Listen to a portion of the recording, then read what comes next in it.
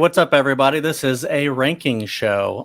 Me and my friend James decided that, hey, why not just go ahead and start ranking shit we love? So, it's about time we started this. How are you feeling about it, James? I feel good. I'm glad we're finally getting around to this. We've been meaning to for a while. Yeah, yeah. We kind of actually met, James and I, at a movie theater. So, we worked at the same movie theater, and so that's kind of like how we bonded. And then, through college and everything, we've met a bunch. We're in the same big like friends group, and then we decided, we just basically every time we get together, we talk movies, we play movie games, we quote movies all the time at each other, and it's just kind of like the bedrock of our friendship, pretty much. Yeah, definitely. Yeah, so one of my big favorite things, in movies is Edgar Wright. He's definitely one of my favorite directors, and I love every single thing he's done. And I even watched one of his his first movie actually, and it wasn't like the best movie ever. It was very low budget, but it had like all of the foundation of like what you will see Edgar Wright become later in the years to come. That movie was Fistful of Fingers, and it was basically like a Western that he did, and he did it with, I think, probably a bunch of his like college friends. It's very low budget. It was made for like $15,000, and then it's kind of like a standard little cheesy Western movie, but it's also kind of a spoof of Westerns, and then you can kind of see it go on to be like the same humor that he uses throughout the rest of his movies, except for maybe his most recent movie that we have yet to come out that I'm very, very stoked for. It's Last Night in Soho. Have you heard anything about that movie? You're excited about that one at all? I mean, with Edgar Wright's name on it, I'm certainly excited, but I haven't really heard anything about it, so. Yeah, I haven't really actually done much research into it, to be honest. But I saw the trailer drop, and it just looks so interesting. You have the two actresses there, Anya Taylor-Joy, and who's the other one that I really love, and I still can't remember her name, Thomasin McKenzie. And so it's just like, it looks like it's going to be like great between like those two actresses. They're kind of like linked in some way, but to be honest, the thing that's most intriguing about that is it seems like it's going to be more straight horror and stuff. And we've seen Edgar Wright do horror before with like mixed with comedy though, but this is going to be the first time I think where he's like actually mostly just doing horror. I don't know if there's going to be any comedy in this one at all. Okay. And the trailer looks super dope, so I'm just like really excited about that. And that's pretty much the reason why we thought maybe this might be the best debut ranking show that we could do is Edgar Wright. We love him. Pretty much every movie he's made, I think, is great. And it's just really, really fun. It's going to be a really tough ranking, though. You were able to put a ranking together. Was it tough? It was tough. Yeah, it really was. I think I do. I think I've got one.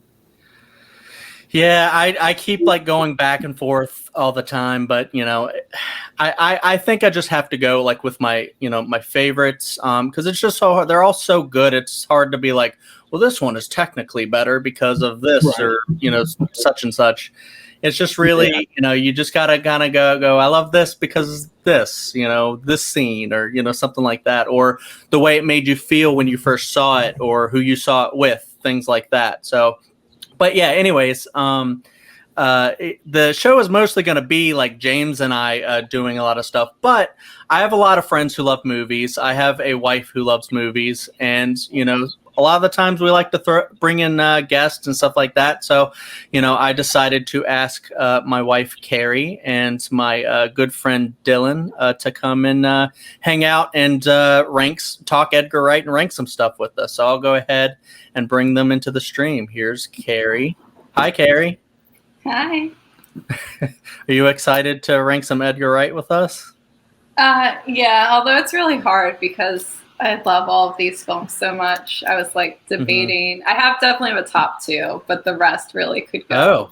Okay. Anyway, I'm guy. very excited to hear about your top two, because I have a top five or top six really, but I will actually let me bring in Dill and then I'll go ahead and talk about some other things. Hey Dill, what's up, man? Hello, how you doing? Good to see y'all. pretty great.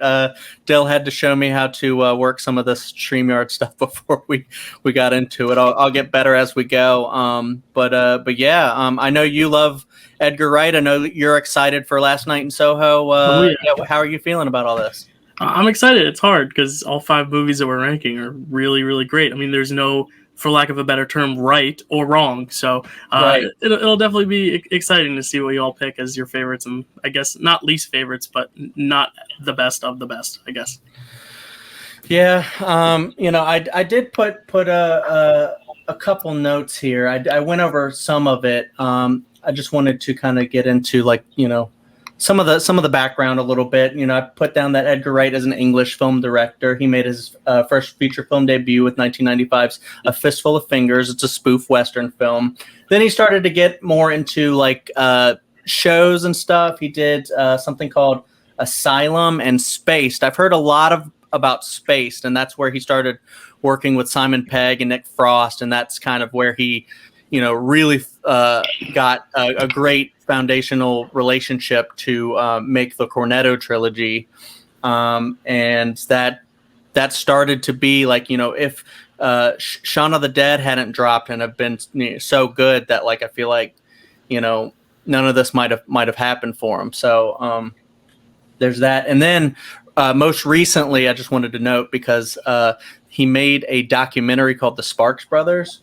And it's about a band that not many people have heard of, despite releasing music in seven different decades, which I was really surprised to, hear about that. I'm like, I'm a big music fan. How have I never heard about this band? I try to listen to some of the best music and, stuff like that. And then I'm like, Sparks, they're super influential.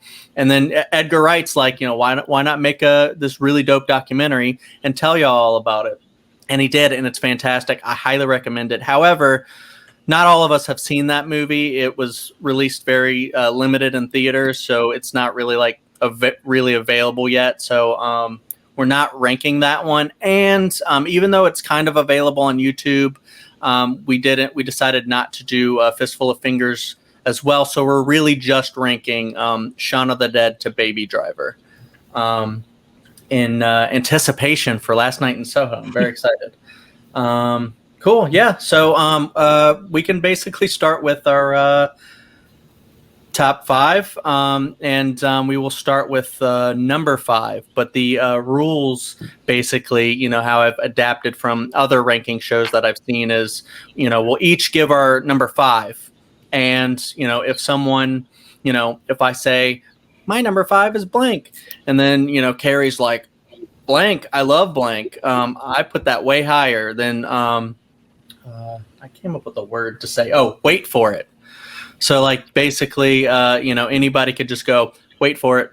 Or, something like that, of that effect. Just hey, cool it off. I don't know why you ranked that number 5, but wait for it. It's higher for me. Chad, I want to hear your best Leslie Odom Jr. Wait for it when you do. Wait for it. Wait for it. So basically, you could do that if you want in a sing-songy voice. but anyways, so we'll kind of just go around. Let's do kind of a little clockwise formation here. I'll start, and then we'll just go around. We'll do our number 5s, and then when we get to the highest ranking that a certain film has, then we'll talk about it then. We'll see how it works. So I have to write down my number 5 because I didn't yet. I've been talking. All right, so my number 5 I'm gonna say is Baby Driver. Wait for it, Chad. Cool. James? Yeah, wait for it too. For doing number 5s, I would probably have to say At World's End. Or The World's End, I'm sorry. The World's End is James's number 5. Yeah. How much higher are we wait foring it with?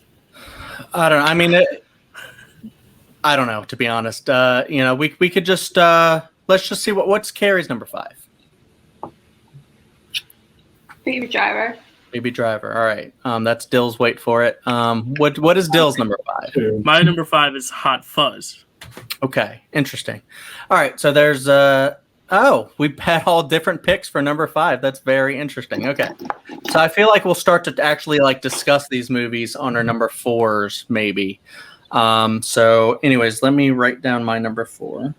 I should have already done this. My number 4 is actually Dill's number 5, Hot Fuzz. Yeah, I agree with that. My number 4 is also Hot Fuzz. Did you just decide in the moment? Okay. No. Ready? I have my list ready. All right. Okay. Is that like a really big punt or not punt? Sorry, I can't say that. Wait for it, Kerri. But I mean, we can talk about it whatever you want. I have it higher ranks, but Okay. All right. Well, since like a majority of us have it ranked, at like number 4, number 5.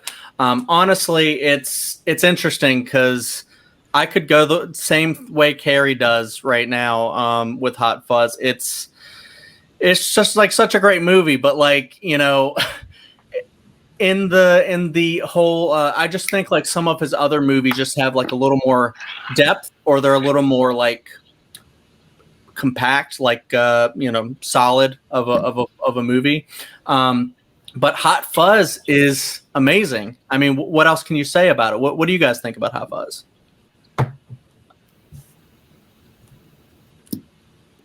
Anybody have any thoughts? I'll jump in. Yeah, Sure. I love Hot Fuzz.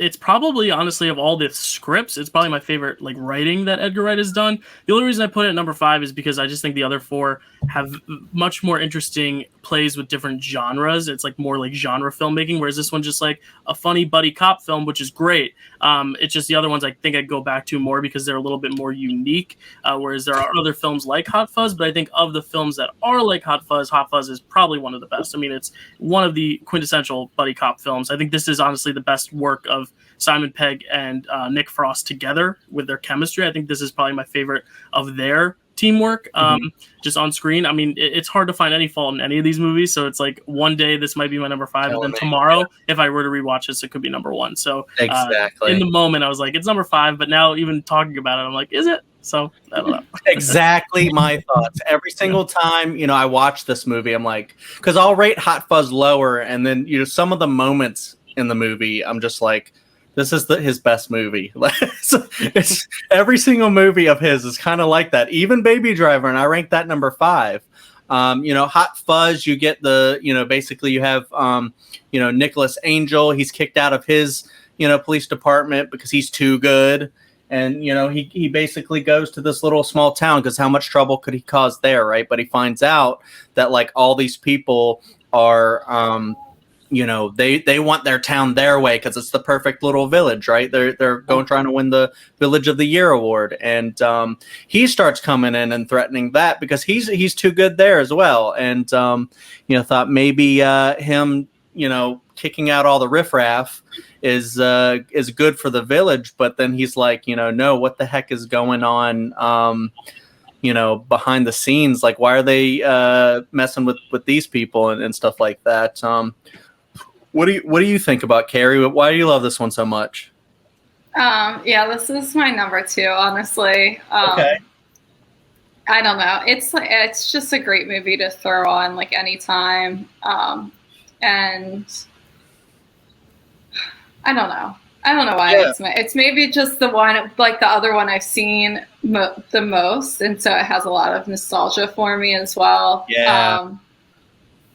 But I never like, this is one that I can rewatch over and over again. So and I get that feeling too. When it's just such a fun watch. I mean, I think I really all of his movies have like a little bit of action, a little bit of or not a little bit, a lot of action, and it's just like really his movies flow so well. And I think this one does too. Like they kick him out, he goes there, he starts to meet people, and all the characters start to get like really like developed, and you start to try to figure out what's going on. And at the core of it, it's big mystery, and the World's End's like that. Shaun of the Dead's not really like that. Baby Driver's a little like that, not really. Scott Pilgrim's not really a mystery. So this one's a really good like mystery film.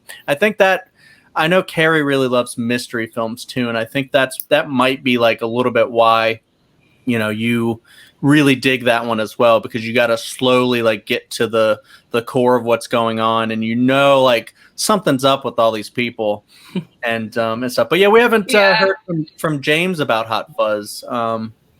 What have you seen the movie, James? Yeah, for sure. I feel like it definitely is like a fun watch, but I feel like I would find different movies to watch if I had that kind of like mindset when it comes to putting a movie on, which is why like maybe I overlook it sometimes, or like you were saying, like it can be more than that too, like a mystery type thing, like what you're saying with how Kerri likes it so much. But I feel like if I'm trying to find a movie like that, I might find something else also, just because it also incorporates like that kind of like buddy comedy aspect, which is a very good movie. But I think I look for other movies when I'm trying to watch something specific. I'll find something maybe a little different than that to watch. That's why I put that a little bit lower, I think. Yeah. I see that like being kind of your big knock against it. Like, maybe because really in a way, just like Shaun of the Dead, it's a parody of those movies, but it's not just a parody of those movies. It's kind of like a love letter to those movies, where it's like, it takes all the tropes and it redoes it, but they talk about it being tropes, like when he's like, have you ever fired your gun in the air and screamed, but he references the movies where he got that from, and he's like, that's the cool thing and stuff like that. And Nicholas Angel's like, that's not what police work always is. Like, you want the cool stuff, but you got to do a good job, and you got to always be on alert and look for stuff that's going down, and just and not all crime is this big gun, car chases and shoot 'em ups. And even though this one kind of goes into that way, for sure. But I think it also does like a really great job at the character work, because and that's what I think sets just Edgar Wright movies in general, apart from like other maybe like kind of spoof comedies, or just like comedies in general, is he actually like builds up these characters and makes great characters. And you have like the arcs. You have Nicholas, who he can't turn it off, and everybody's commenting on, you never turn it off, and that's why he Kate Blanchett, who plays his girlfriend or whatever, dumps him. And he constantly is trying to figure out how to let loose and have fun, and I think that kind of helps him to embrace people and embrace the situation that he's in, and get to the bottom of the crime and actually solve it. But yeah, I think Hot Fuzz is great. There's so many different like quotes you can do. Anybody got any good Hot Fuzz quotes? You got the did you say anything? No. Shame. You got stuff like that. A great big bushy beard. Right. Yeah. He had one thing that you don't have, a great big bushy beard. That's the one everybody loves to quote. It's so good. So yeah, we can talk about Hot Fuzz more later, I guess. So that was Kerri's 2. That was my 4. What was that for you, Dale? That was my 5. That was your 5. That's right. And James, Hot Fuzz was your 4? Yeah. Yeah, that's right. Okay. All right. So, have we haven't given all of our 4s yet, have we? Yes, we did. No, I think we're on Kerri right now. No, we didn't. Oh, we are. No. What is your 4, Kerri? My 4 is The World's End. All right. That's my 4 as well. So. Interesting. All right. Wow. Okay. So we're at the World's End. Is that a lot higher for you, James? The World's End? The World's End, that was my number 5. That was your number 5. Oh, well then we're at it, because I'll just say it now. The World's End is going to be my number 3. Perfect. So we can go ahead and talk about The World's End now. Anybody want to start? Oh, okay, I'll start then. I put it. All right. Do you want to start, James? Well, I was saying I put it at number 5, really just more on like kind of like the overall concept. Like I do like the whole like buddy like pub crawl movie type things, and I liked how we did it. I think just personally for me, it didn't quite do it as much as like his other movies. That's why I put it at number 5, really. Yeah, I think The World's End. Honestly, personally, I think it's very underrated. A lot of people, I guess maybe because like the Cornetto trilogy, like, he spaced these movies out really, really a lot. But I think he did it really well, but just maybe people were just kind of getting tired of it around like the 2013 era. That's when that came out. And basically, they were just kind of maybe getting tired of seeing those two together or something. But I thought it was actually one of the best ones because maybe it's not the most solid as like a Shaun of the Dead or it didn't start thing, but I think it like does because like this trilogy is not really a trilogy. It's not, you don't follow the same stories. The stories are different every time. But I feel like this one was great because you had like a really different Nick Frost there, where he starts out the movie like really, reserved, and he's like, I'm not actually going to go do this. I'm not going to follow this guy into hell again, because, he always has bad ideas and is always up to something. And, so he, and then when they do start drinking and going on the pub crawl, he starts drinking water and stuff like that. And everyone's like, what? You can't do that. That's sacrilege. And, on a pub crawl, we're going to 12 pubs and you're just going to be drinking water the whole time. And then you kind of see him, come out later, and you understand kind of more why he's so reserved and not as trusting of Gary. And then I feel like this is one of the big times where you really feel the emotion from Simon Pegg, because when you get to the end there, like the whole movie, he's high, he's so high, and he's just like, we need to go do this. We need to go have a good time and just, go drink and just relive our glory days, because it really never has been as great as that.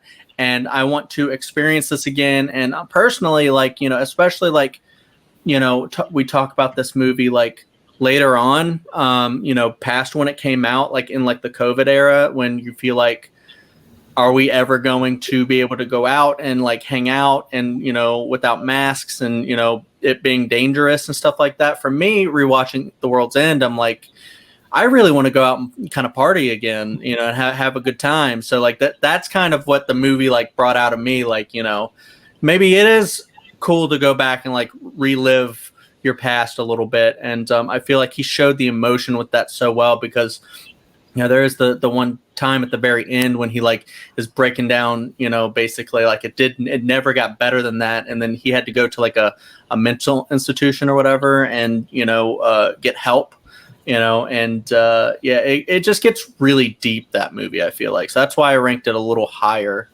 Anybody else have any thoughts on The World's End?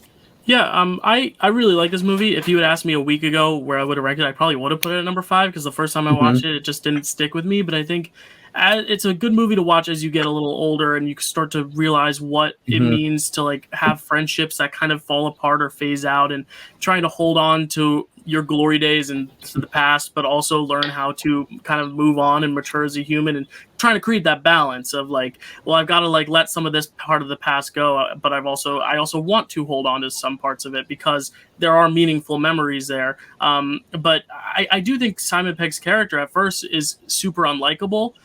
Because he is still living in the past. He is still his past self. He hasn't done the maturing that everyone else has.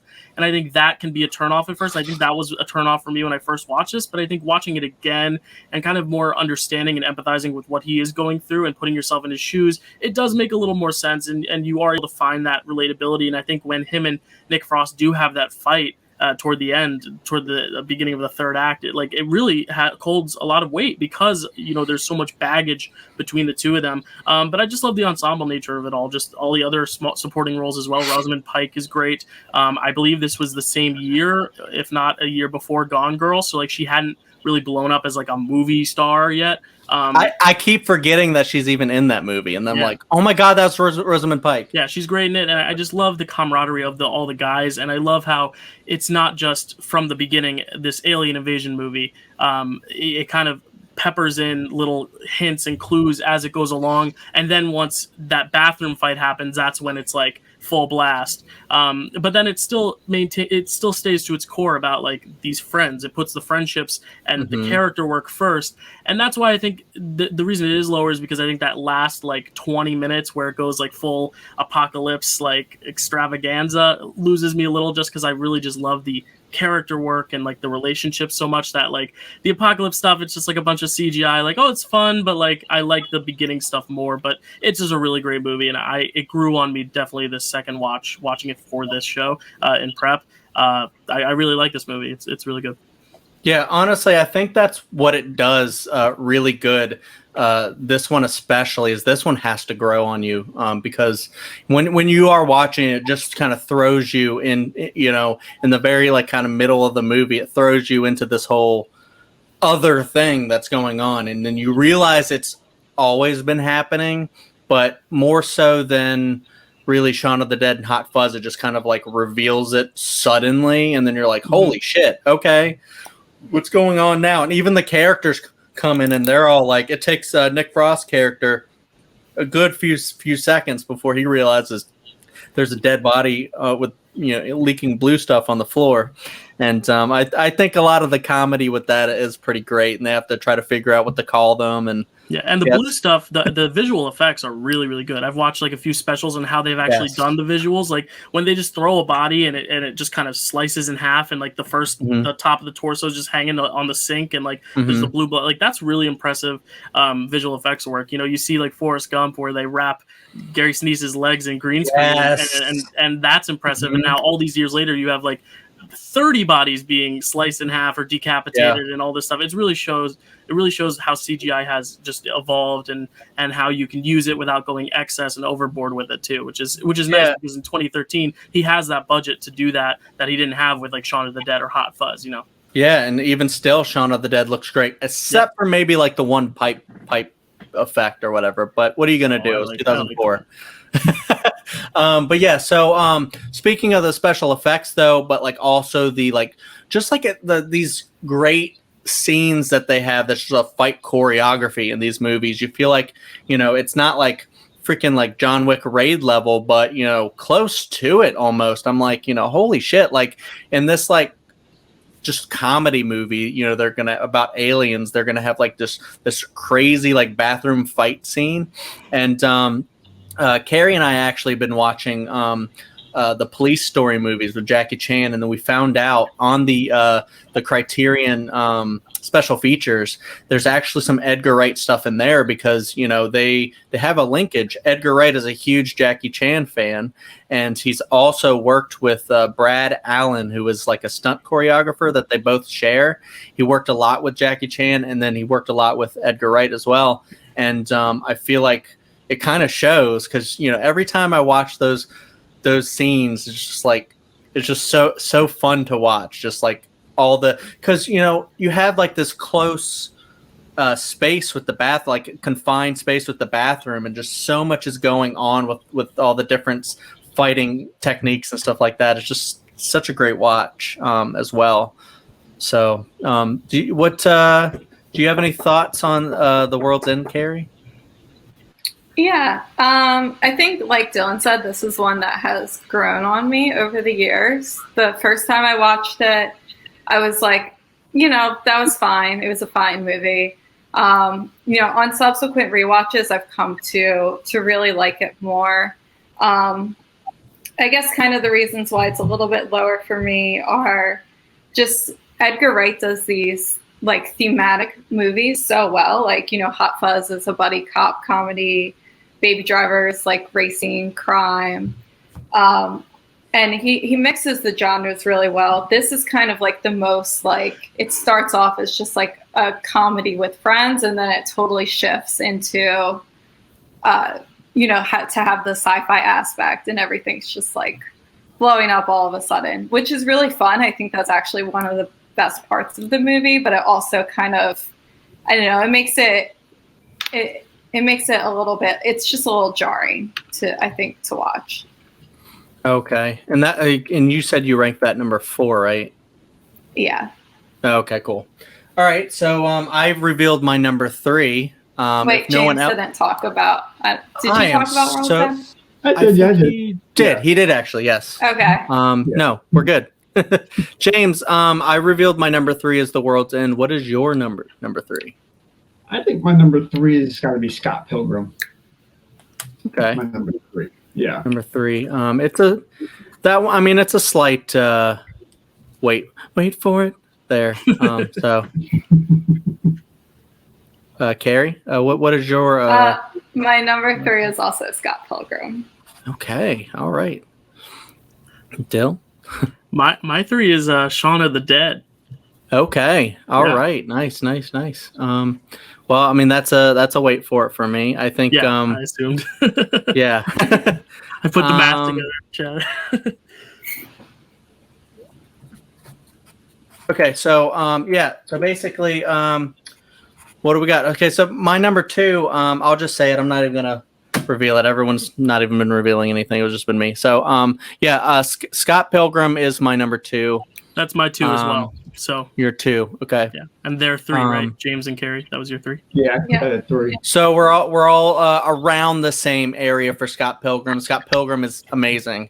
It's just like so well adapted from the graphic novel. He took like pretty much like everything from the graphic novel I think that you needed, and just made like one of the most fun, hilarious movies. I think it may be the funniest out of all the movies potentially.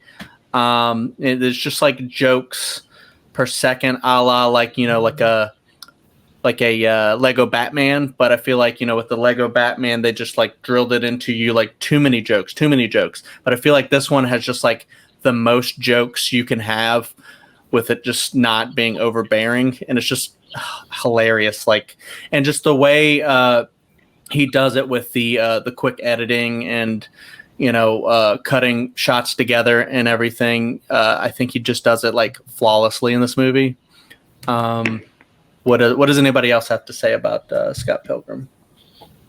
I think you nailed it with the editing comment, because I think this is probably maybe one of my favorite edited movies of all time. I think the comic book genre is catered, like Edgar Wright, his style fits so well with the comic book genre, and it's almost a shame that the studio wanted to make changes to Ant-Man, and he was like, I want to make the movie I want to make, so they're like, all right, see ya, and he wasn't able to make Ant-Man the way Marvel wanted him to, because I think that would have been such a better movie had Edgar Wright directed it. I think I really wish I could have seen what he did with it, but I think seeing him direct this one though, like, and bring that comic book feel to life, I don't think we've seen it since a movie that just encompasses the look and feel of a comic book more. Maybe Spider-Man into the Spider-Verse, but that's animated, so you do have a little bit of an edge there. Whereas here it's live action. These are real human bodies, yet he's able to make it look like it's leaping off a comic book page, and I think that's what's so interesting about this. The story itself is so engaging, the performances are great, the comedy's great, but it's the visual aesthetic that just really just engages me every time, and makes it so rewatchable for me, because every time I'm looking for little hints and tricks and little subtle details along the way that just mesmerize me. And I love how this gave us, it didn't give us Chris Evans and Brie Larson, but it kind of made them bigger stars, and we'd see them become huge Marvel superheroes later, but this was kind of them still starting out a little bit. Brie Larson, and Chris Evans, and then you have Michael Cera and Mary Elizabeth Winstead, like just such great talent across the board. Kieran Culkin steals the show. I mean, he is hilarious as the roommate. Just a great film through and through. I love it.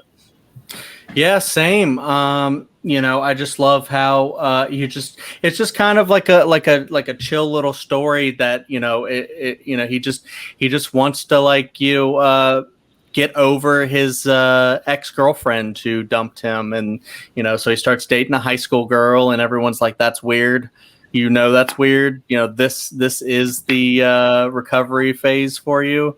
You're not it's very weird, Scott, what you're doing. And you could see that there's like this baggage, and we come into the story with all this baggage kind of laid out, where you find out that Kim is kind of mad at Scott, and he's kind of been just kind of running all over, like girls, trying to, I guess, find the one that he wants to be with, and it's just not really working out. And he ends up dating the high schooler, trying to make it big with his boys in the band, I guess, plus Kim. And he's going to the battle of the bands, which is pretty awesome. And then he meets the one girl, Ramona, and it turns out she's got a lot of baggage too. And it's seven evil exes, and and the action is really awesome. And anybody else have anything to say about Scott Pilgrim? Yeah, I think that's why I put it at 3 instead of 2. Like I do like how much comedy there was, and how we did like adapt that into a movie. I think more so than like my bottom 2. I think I could appreciate more how he was able to incorporate like comedy into it, and how it was edited also. But I'll go ahead and say my number 2 was Shaun of the Dead, because I kind of thought about making those two, switching those two around. But I put Shaun of the Dead a little bit above that. But so Scott Pilgrim was your third, or yeah. Okay, and so Shaun of the Dead is your 2. Okay. Yeah. Cool. So, Kerri, did you have? Because I know you love Scott Pilgrim. We saw this in the theater together back in 2010, and it bombed, and it started to end up being like a cult classic after that, even though it bombed.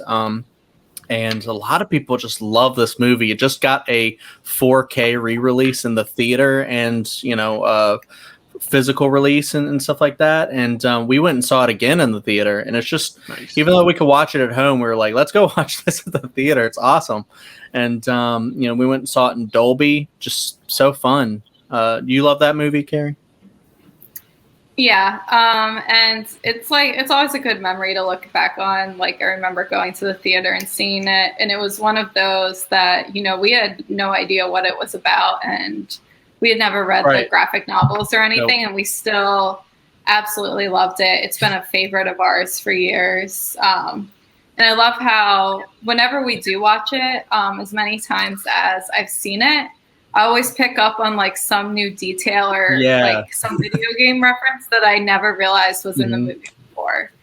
So I don't know. I'd say it's a great rewatch. I mean, all of these are really great rewatches. Yes, you could just throw this one on at any time pretty much, and the jokes just like come at you, and you go, oh my god, this part. Like every single time you're like, I love this part. Like, when he's stalking Ramona at the party, it's just like, it's just one part where he's just like kind of like hanging on the front of this dude, like using him as a shield to like what? It's just stuff like that just makes the movie just so great. And there's like the part where Knives comes to the door. She's the high school girlfriend, and he's trying to like kind of dump her, ghost her a little bit, I guess. And he ends up jumping out of the window. And then if you see like behind the scenes of like how they shot that, it was just like he just kind of runs away, and then some stunt guy just runs and jumps out of the tiny window. They actually did that stunt, so it's just I don't know. It's just pretty awesome how they did everything. With the this special effects, like turning people into coins, and then coins, and then, so yeah, I just love watching that movie as well, and so. We'll I guess. So wait. What is your guys' number 2, Kerri and Dale? Number 2. Mine was Hot Fuzz. Hot Fuzz, number 2, and Dale? Mine was Scott Pilgrim. Yep. Scott Pilgrim. That's right. Okay. So, my number 1 is Shaun of the Dead, which is James's number 2. Mm-hmm.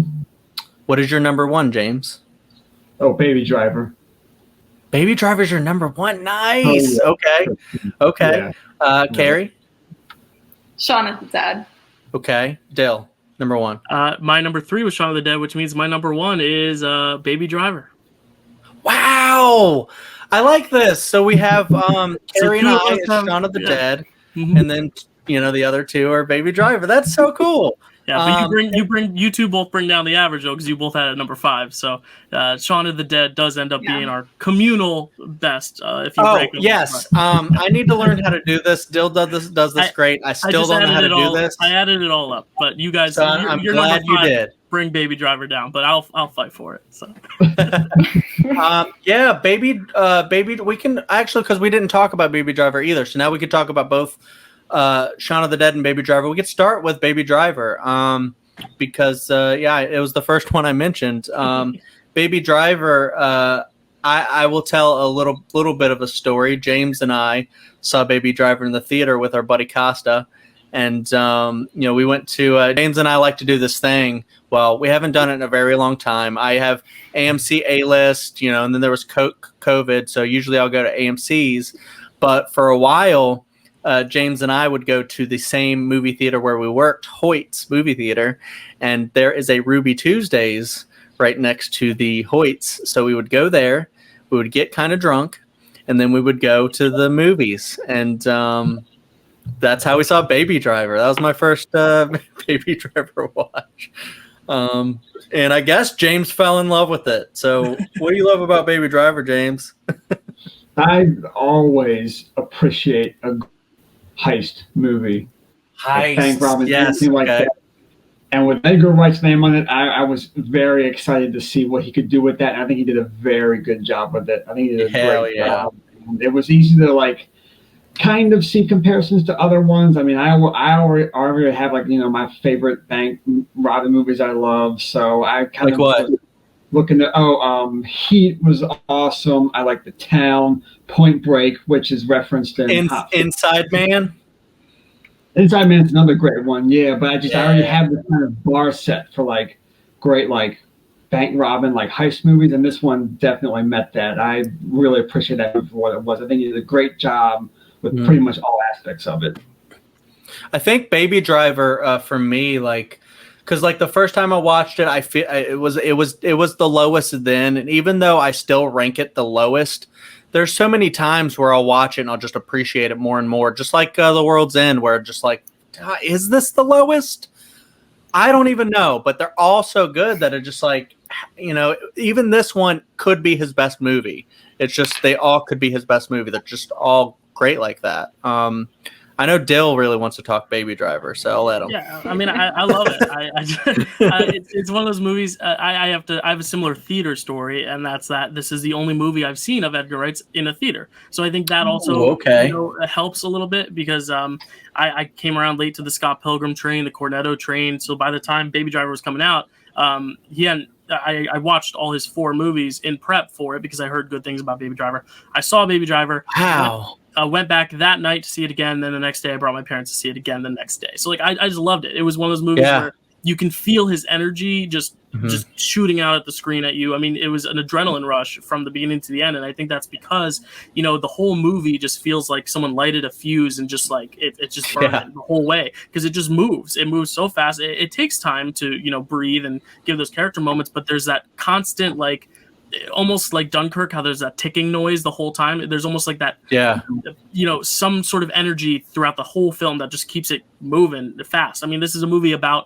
fast, in general, just so much fastness with the cars and the music. And I mean, the music is great too. It almost feels like a musical because everything is timed out perfectly. It's almost like you're using these cars dancing to the music. It's really impressive and really mind-blowing to see. I'm glad it got that editing Oscar nomination and those 2 sound nominations, even though it didn't. What beat it? I believe it was Dunkirk. That beat it in all 3 categories for sound and for editing, but don't quote me on that. I'm not 100% sure, but I think Ansel Elgort, say what you will about him now, obviously, but at the time, he was a well-respected actor, and I think he is very good in the role. He makes a very charismatic, lead role in that. Kind of separate the art from the artist a little bit there. And again with Kevin Spacey, but Kevin Spacey's playing an unlikable guy, so it's a little easier when you see him get hit by the car. Now it's even more satisfying. And then Lily James, I mean, she is. If someone asked me who's your favorite actress, she's in my top 3. Like I love. I was about to say, I know it's not your favorite actress. Yeah, no, Alicia Vikander is my number one. Green Knight represent, but Lily James is my 2 or 3. Like everything she's in, I love, and she just has such range to her as well. John Hamm's great. Jamie Foxx is incredible in it. I mean, he's good in everything, but it's just it's my favorite ensemble of any Edgar Wright movie, and I think it's just the ensemble with the action, and then he has a little bit of the comedy in there too, and then just the music and the style. It just all comes together so well, and I think it's that memory of being in the theater and watching an Edgar Wright film in the theater for the first time and just feeling that adrenaline rush is what keeps it at number 1, and probably, I mean, we'll see with Last Night in Soho, but I think it'll be a hard one to beat for me just because it is, it gives me that memory as well as just the quality of the film. There's that memory attached to it too, which I love. Yeah, I think that's kind of goes to show a little bit where, just not even just how you feel about the movie in general, but like your experiences of like first watching them or subsequent watches. If you just have like a really great experience watching something, a lot of the times when I watch things with my sister, that kind of like elevates that a little bit because for a long time when I was a kid, she sometimes my mom would be the ones that would take me to the theater, when I couldn't drive and stuff. And I saw every Cornetto trilogy movie with her in the theater. We kind of made it a point to do that. And then it wasn't until like I saw Scott Pilgrim with Kerri in the theater, and then Baby Driver with my buddy James and Costa. And so I've had the privilege to see all 4 of them or 5 of them or actually 6 of them because I saw Sparks Brothers in theater too.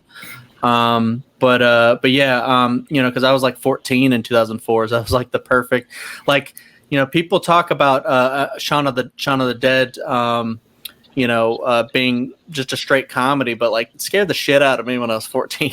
It's like holy shit. But we'll talk about Shaun of the Dead. What? You also didn't like horror movies at that time. So. Yeah, no, I wasn't a huge horror fan then. I thought I was really very scared. But Kerri, before we get into Shaun of the Dead, I want to hear your thoughts on Baby Driver. Yeah, I mean, and this was, I know I put it last, even sitting here looking at how I ranked it. I'm like, oh, is that right? Because it's such a great movie. I love this one. Yeah. And I don't know, I just agree with what everyone else has said. And the use of music in this film is like completely top notch. It's one of the things that makes this movie, on top of having just an incredible story, great action, great cast. That's the thing that always stands out in my mind when I think about this movie is how well the music was used and those kind of like quick Edgar Wright cuts and how he mixes that with the music. It's just phenomenal. Yeah, like, and I actually didn't really talk much about Baby Driver myself, but yeah, the movie, I mean, Dill said most of it perfectly, to be honest. I mean, it's his favorite Edgar Wright movie, so, he's going to come with the great review there. But, for me, personally, I collect vinyl. I love music myself. So, when they start talking about T-Rex, he thinks it's called Trex, and they start talking about Beck and, all this stuff. And, it just really like, it is amazing with the music. It has a great soundtrack. I've never heard Bell Bottoms before, but nice. I'm like, oh shit, okay, that's kind of a dope song, and that like starts the movie out with the because it starts out with the first kind of like heist, right? So and it just it starts out just action packed, and but then you have like amazing like little things like the sweet relationship between Baby or Miles or whatever and his just his friend. What is he to him? He's just like a friend. Yeah, I think he's a friend. Yeah, blind friend. And he making sandwiches for him, and they're watching stuff together. He's dancing and just having like a good little moment like that. And you said, Edgar Wright really knows how to like build these relationships a lot. And when my heart breaks like every time like he has to say bye to him and stuff. leaves him at the home there, but he knows that he's either going to escape with the girl that he loves, or it's going to go another way. And so he wants to make sure he's taken care of, and so I feel like the movie is just really great for that. And and freaking John Hamm, dude, holy shit, he's terrifying in that movie. Yeah. Mm-hmm. Like John Hamm, because you know him most probably from like Mad Men, but he's done like comedy and stuff, and like 30 Rock, I think, and other things, and it's just like he's terrifying in this movie, and you're just like, as soon as like he's kind of like lost everything, and then he says, I'm gonna make you lose a thing that you love, and I guess he basically deafens Baby is kind of like what happens there, and and that's sad as hell, because that's the only thing that he has. That's like the connection to his mom, and stuff like that. And so it's a very sad movie. But then at the end, I feel like is it at the end? Is it like he gets out, or is that like kind of like a vision or a dream? Does he get out at the end? It's unsure. I don't think it's really said, but it's up for interpretation. I like to believe he does, but even if he does, then yeah. I always like to believe they do. That's the kind of person I am when I watch movies. Right. Because I like to go with the optimism there. But yeah, so Baby Driver's definitely great. Even though it's my number 5, any day it could be number 1 when I'm watching it. I'm just like, this is the best.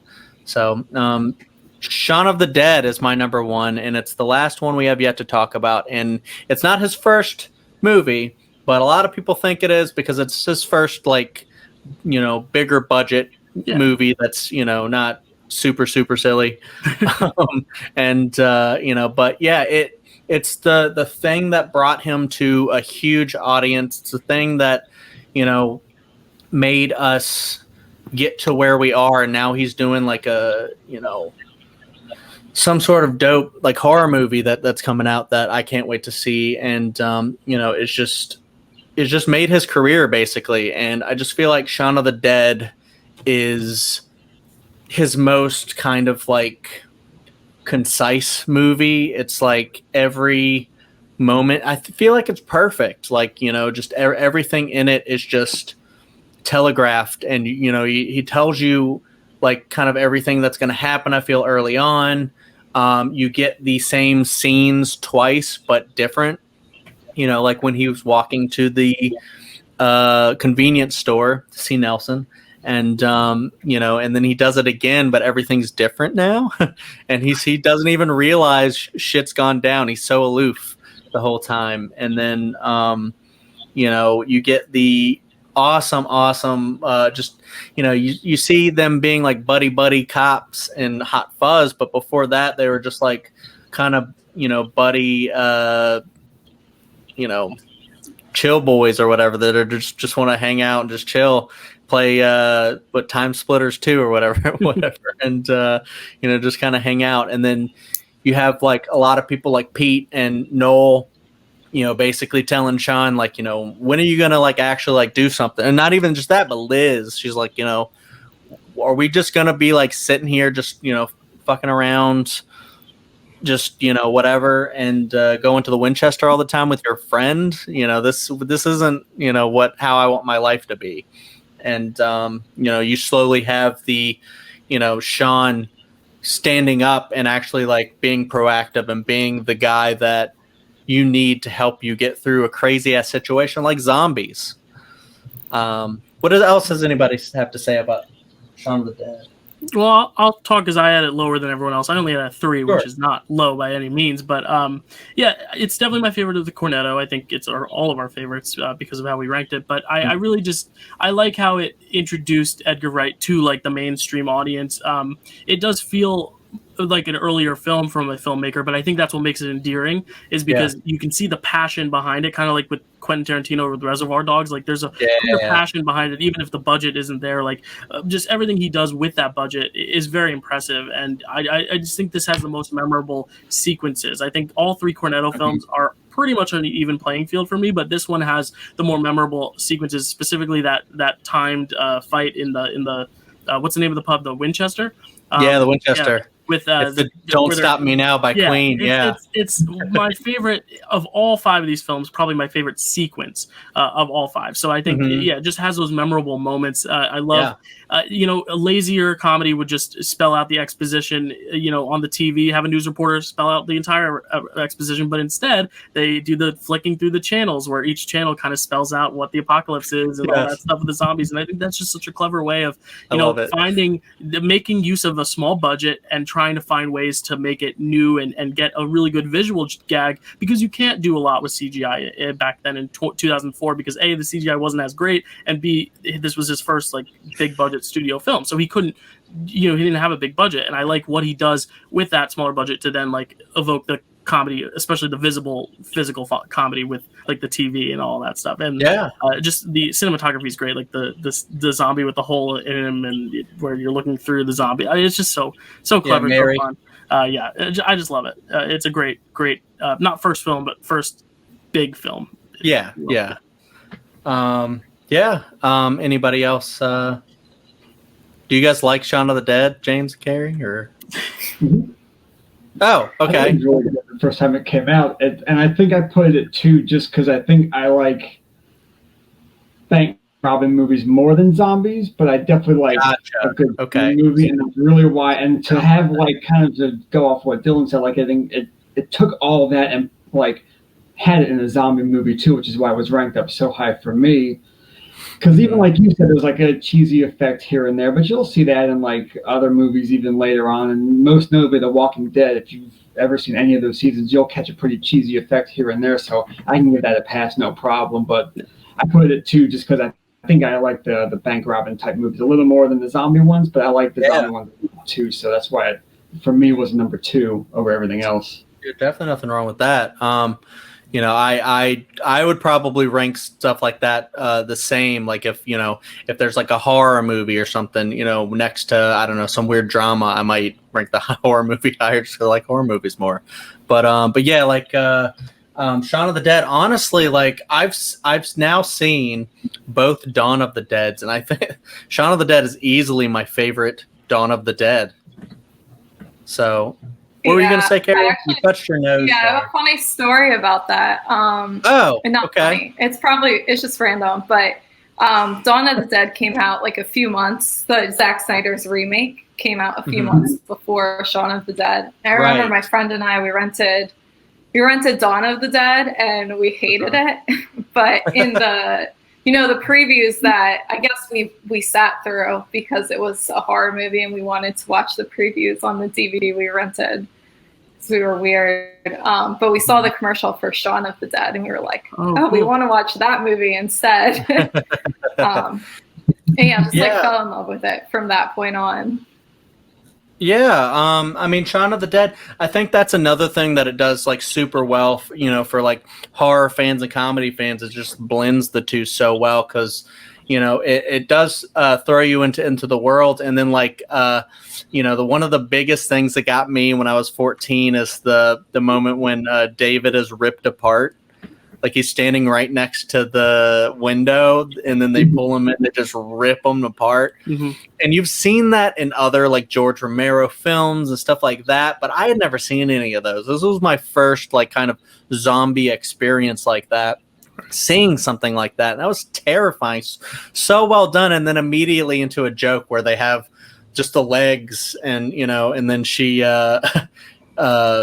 Diane, his not his girlfriend but the friend or whatever who likes him, she's like, "I'm coming, David," and just runs out beating them with the leg and stuff like that. And you just have all these little quick jokes that just make it one of the perfect little movies ever, that just became huge because people loved it so much. And you have all of the great jokes about just their friendship, when like and it's just one of the best like I think friendships in movies too, because they're just so tight knit, they're just buddies just hanging out playing video games, they want to spend all their time together. His girlfriend doesn't like that, because they're just such great friends. And then even when it's like I think he calls him his boyfriend or whatever at one point, David, and then Sean's it's like, he's not my boyfriend, and then Ed gives him the beer or whatever. He's like, thanks, babe. So it's like, it's just like stuff like that. I just love. And then it ends with them, being friends. Like, you're just wondering like how many people are going to make it out. And it's really only Sean and Liz, but they keep Ed as a Ed zombie in the shed there. And then they play video games together to You're My Best Friend. And it's just so sweet. And it's, yeah, I mean, it has like a surprising amount of heart for a horror comedy movie. Like in most zombie movies, someone turns into a zombie, and I'm like, they haven't done the character work, so I'm like, oh my god, just shoot them. I don't care if it's your kid or whatever, just shoot them. Right.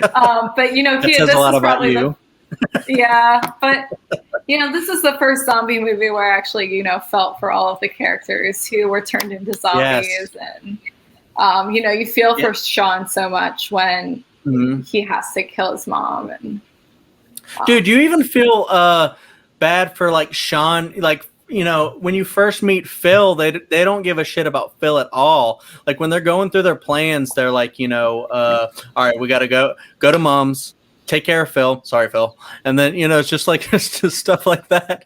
And then like slowly, he starts to realize that Phil actually kind of did care for him. He just didn't know how to show it. And he thought that, maybe their relationship would develop, and it just never did. And maybe he cared a little bit too much for his car than Sean or something like that. And he apologized at the last moment. And, but then, Sean finally admits, no, he was my dad, but that's not my dad. There's nothing like that, Phil in that thing. And then it cuts off the radio and you're like, oh, shit.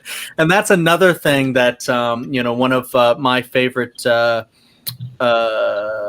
movie critics is Dan Merle. I watched a commentary he did. And when he did the commentary, he just talked about like how all of the zombies have some sort of like thing that shows the humanity that they left behind. It's like, he owes Nelson the money, right, from the convenience store. And when he's zombified, you see him, holding out his hand to get the money.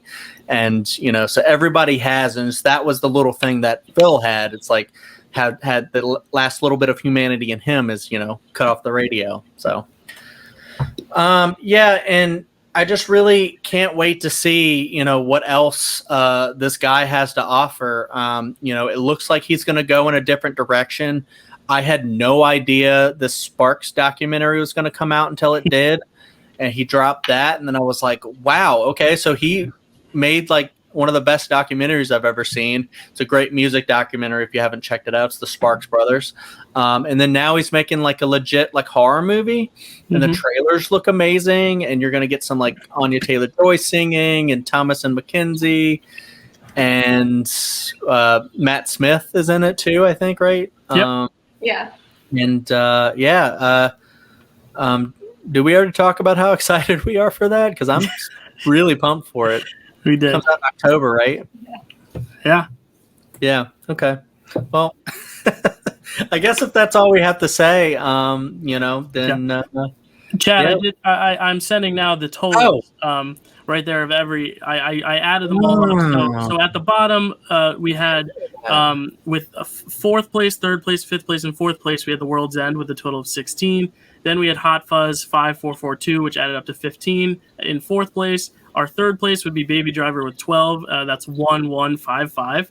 And then Scott Pilgrim vs. the World would be in second with 10 points, 2233. And then Shaun of the Dead, between the three of us, is our number one ranked one with 7 points, 3 plus 1 plus 2 plus 1. So I just added up our totals, and there we go. That's how we got there.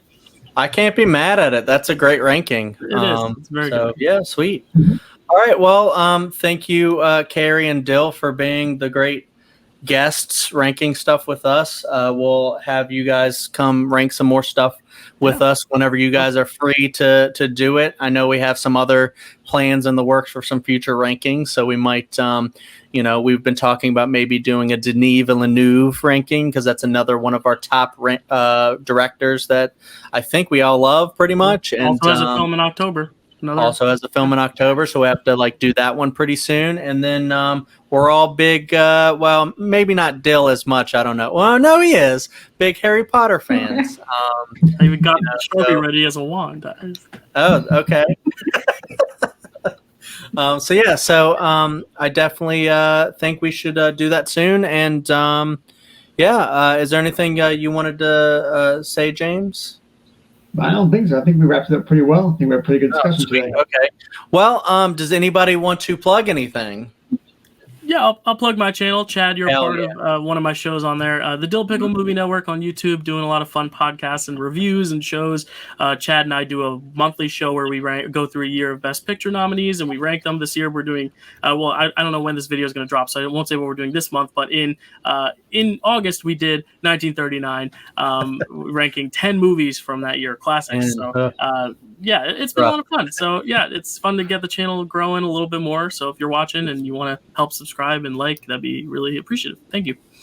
Yeah. Please check out the Dill Pickle Movie Network. It's a great channel, and I have so much fun doing Picture This over there as well. So no one else has anything to plug, then I guess we will dip out.